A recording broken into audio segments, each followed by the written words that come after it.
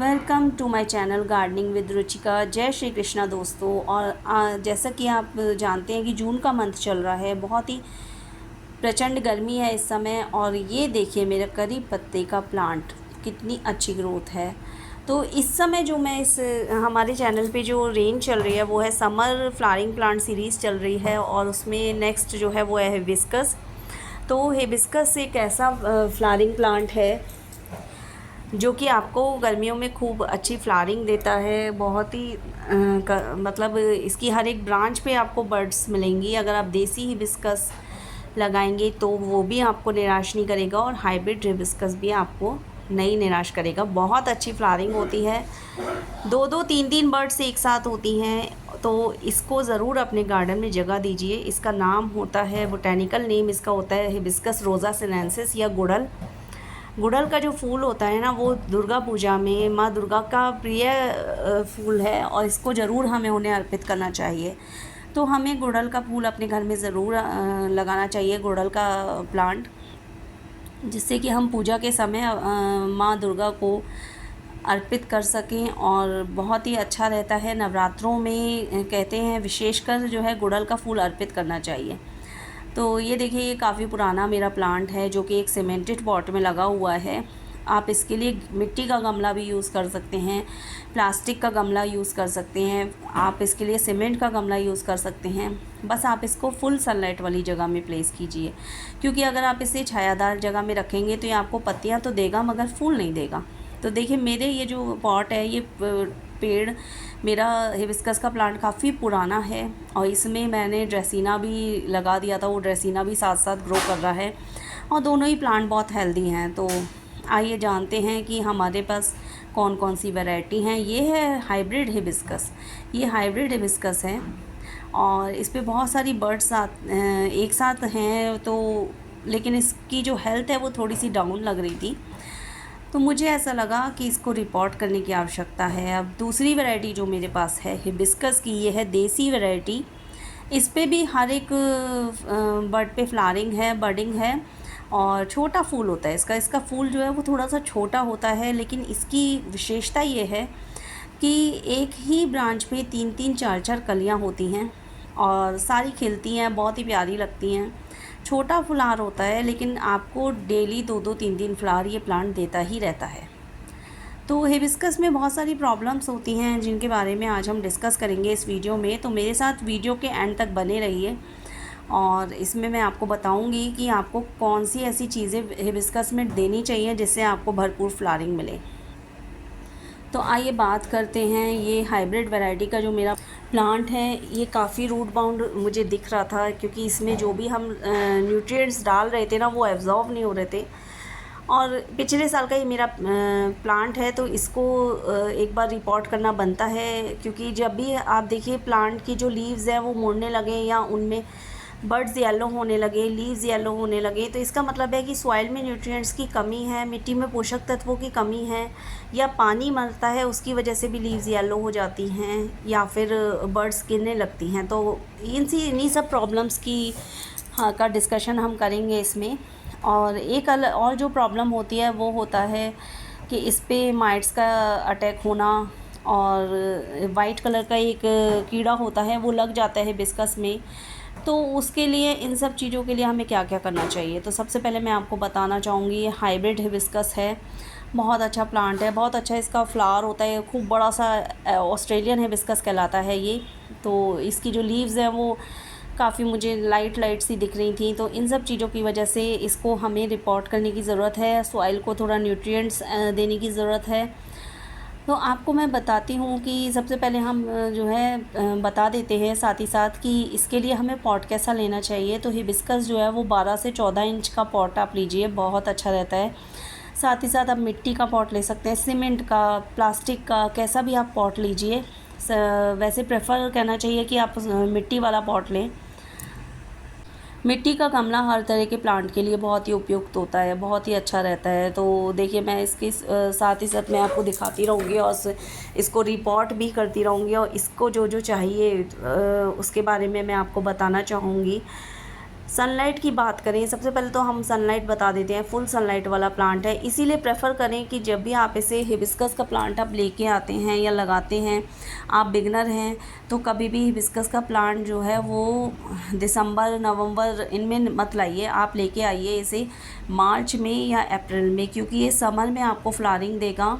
तो जब भी आप नर्सरी से हिबिस्कस लेके आएँ तो हिबिस्कस आप स्पेशली गर्मियों में लेके आइए। गर्मियों में बहुत अच्छी फ्लावरिंग देता है, जाड़ों में थोड़ा डॉर्मेंसी में चला जाता है। हालांकि जो देसी हिबिस्कस है वो जाड़ों में भी बहुत अच्छी फ्लावरिंग देता है, लेकिन जो हाइब्रिड हिबिस्कस है वो मैंने देखा है कि उसकी फ्लावरिंग अच्छी जो मिलती है वो आपको गर्मियों में मिलती है।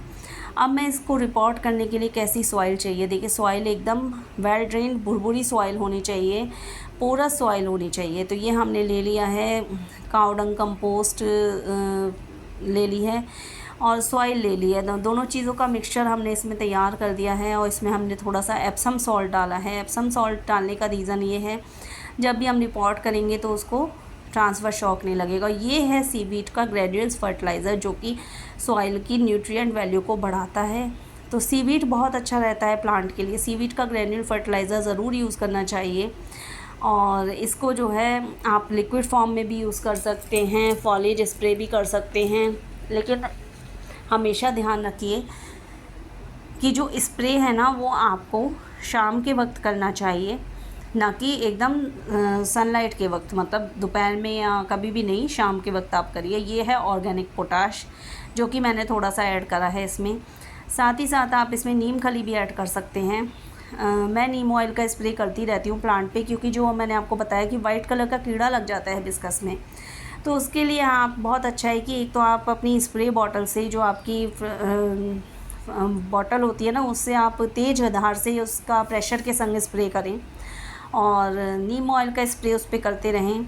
नहीं तो आप गार्लिक के वाटर का स्प्रे कर सकते हैं, बहुत अच्छा रहता है। तीनों चीज़ें बहुत अच्छी रहती हैं। और हल्दी छिड़क देनी चाहिए प्लांट के ऊपर। कई बार हल्दी अगर हम लगा देते हैं ना तो उससे भी कीड़े दूर हो जाते हैं। ये हो गया हमारा सॉइल मिक्स तैयार। सॉइल मिक्स जो है वो ऐसा होना चाहिए जो कि मतलब पानी ना मरे और जितना भी हम पानी डालते हैं ना वो सॉइल एब्जॉर्ब कर ले और गमले में नीचे से पानी निकल जाना चाहिए धीरे धीरे करके। तो ये पहचान होती है एक भुरभुरी सॉइल की, एक पोरस सॉइल की, एक वेल ड्रेन्ड सॉइल की, यही पहचान होती है। अगर पानी ऊपर गमले में आपके रुका हुआ है तो इट मीन्स आपकी सॉइल पोरस नहीं है। तो जितने भी बिगनर हैं, गार्डनिंग करना चाहते हैं या गार्डनिंग सीख रहे हैं, उनको सबसे पहले एक अच्छी पोरस सॉइल बनाना आना चाहिए। तो ये हमने दे दिया इसमें वाटरिंग, इसे रिपोर्ट करने के बाद। अब आ जाते हैं इसकी एक जो प्रॉब्लम होती है लीफ कर्ल की, या लीफ में लाइट येलो कलर की और लाइट ग्रीन कलर की लीफ होने लगती हैं। वो एक्चुअली होता है, मैं आपको बताना चाहूँगी कि वो होता है आयरन की कमी से। तो इसके कई तरीके हैं। आप अपने प्लांट में सॉइल में आप आयरन डस्ट डालिए, आप अपने प्लांट में पोटाश डालिए, आप प्लांट को सीवीड ग्रैन्यूल्स का फर्टिलाइज़र जो मैंने दिया है वो दीजिए। इन सब चीज़ों के यूज़ से वो प्लांट जो है वो आपका धीरे धीरे हेल्दी होना शुरू हो जाएगा। तो ये तो थी इसकी रिपोर्टिंग और इसमें जो प्रॉब्लम्स होती हैं उनको हमें कैसे दूर करना है। तो अब मैं आपको इसके बाद जो नेक्स्ट चीज़ है, नेक्स्ट इसका पॉइंट है वो है कि कई बार बर्ड्स खुलती नहीं हैं, ड्रॉप हो जाती हैं। तो उसका रीज़न यही है कि या तो इस पे कहीं कीड़ा लगा हुआ है। अगर कीड़ा लगा हुआ होता है तो वो बड को खा लेता है और धीरे धीरे करके बड गिर जाती है, बिना उसका फूल नहीं बनता, फूल नहीं खिलता। तो ये जितनी भी बर्ड्स येलो हैं ना, इनको फ़िलहाल मैं रिपोर्टिंग के बाद कट कर दूँगी, जिससे प्लांट जो है ना वो पत्तियाँ अपने को हेल्दी वे में ग्रो करें। और दूसरा ये कि आपको कैसे इसका ध्यान रखना है। अभी इसको जैसे हमने रिपोर्ट करा है, रिपोर्ट करने के बाद आप डायरेक्ट एकदम सनलाइट में मत रखिएगा प्लांट को। एक दिन के लिए आप इसे छायादार जगह पे रखिए और उसके बाद आप इसे सनलाइट में रखिएगा। ये मैं जो डंडी कट करी है, ये मैंने इसलिए कट करी है, इसको जो ऊपर से मैंने कट करा है इसको मैं आपको दिखाना चाहती हूँ कि कैसे हम प्रोपगेट करेंगे, कैसे हम इसकी कलम भी लगा सकते हैं। तो हमें इसकी कलम लगाने का तरीका बहुत ही सिंपल, बहुत ही आसान है। जस्ट आप जो 45 डिग्री के एंगल से आप कट कीजिए और एलोवेरा या फिर रूट हार्मोन में आप लगा के तब आप इसको जो है बुरबुरी सॉइल में या तो आप लगाइए या फिर आप सैंड में लगाइए। सैंड में बहुत अच्छी कटिंग लग जाती है। अगर आपके पास सैंड नहीं है तो आप इसको बुरबुरी सॉइल में लगा दीजिए। लेकिन एक बात का ध्यान रखना है कि हमें बड्स हटा देनी है, हमें थोड़ी सी लीव्स हटानी है, नीचे का एरिया खाली रखना है, क्योंकि वहीं से इसकी रूट्स निकल के आएंगी। जो इसके नोड होते हैं ना, उन नोड को देखते हुए आपको कट करना है। और एलोवेरा में लगा के आप अच्छे से आप एलोवेरा लीजिए। एलोवेरा ज़्यादातर सभी के घरों में होता है, उसमें एलोवेरा लगाइए अच्छी तरह से और इसको वेल ड्रेन्ड सॉइल में आप लगा दीजिए। उसके बाद में आपको इसको बहुत आप देखेंगे कम से कम 20 से 25 दिन बाद आपको ग्रोथ दिखाई देगी। बार बार आपको कलम को डिस्टर्ब नहीं करना है। ये जो नोड्स हैं यहीं से इनकी रूट्स डेवलप होगी और 20 से 25 दिन बाद लगभग आपको खुद ही ऊपर के जो 2 पत्ते 4 पत्ते निकलने आते हैं ना, तो आप समझ जाइए कि हाँ कलम लग गई है। अगर आप इसको बार बार छेड़ेंगे, बार बार इसको निकाल के देखेंगे तो बिल्कुल कलम नहीं लगने वाली है। तो इस बात का ध्यान रखिएगा कि आपको कैसे चेक करना है।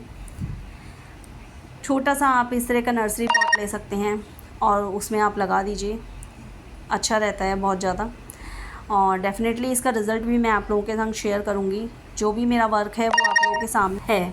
अब इसको लगाने के बाद में हम इसी तरीके से 1-2 कभी भी आप कलम लगाएं तो एक मत लगाइए, कम से कम 3 या 4 आप कलम तैयार कर लीजिए और उनको लगाइए। क्योंकि कई बार बहुत से लोग कहते हैं कि कलम नहीं लग रही है, कलम फ़ेल हो गई है, नहीं लग पाते हैं, प्रोपगेट नहीं कर पाते हैं। तो आप 2 से 4 कलम लगाइए और जिससे कि आपकी कम से कम एक कोई चल जाएगी तो आपको रिग्रेट नहीं होगा।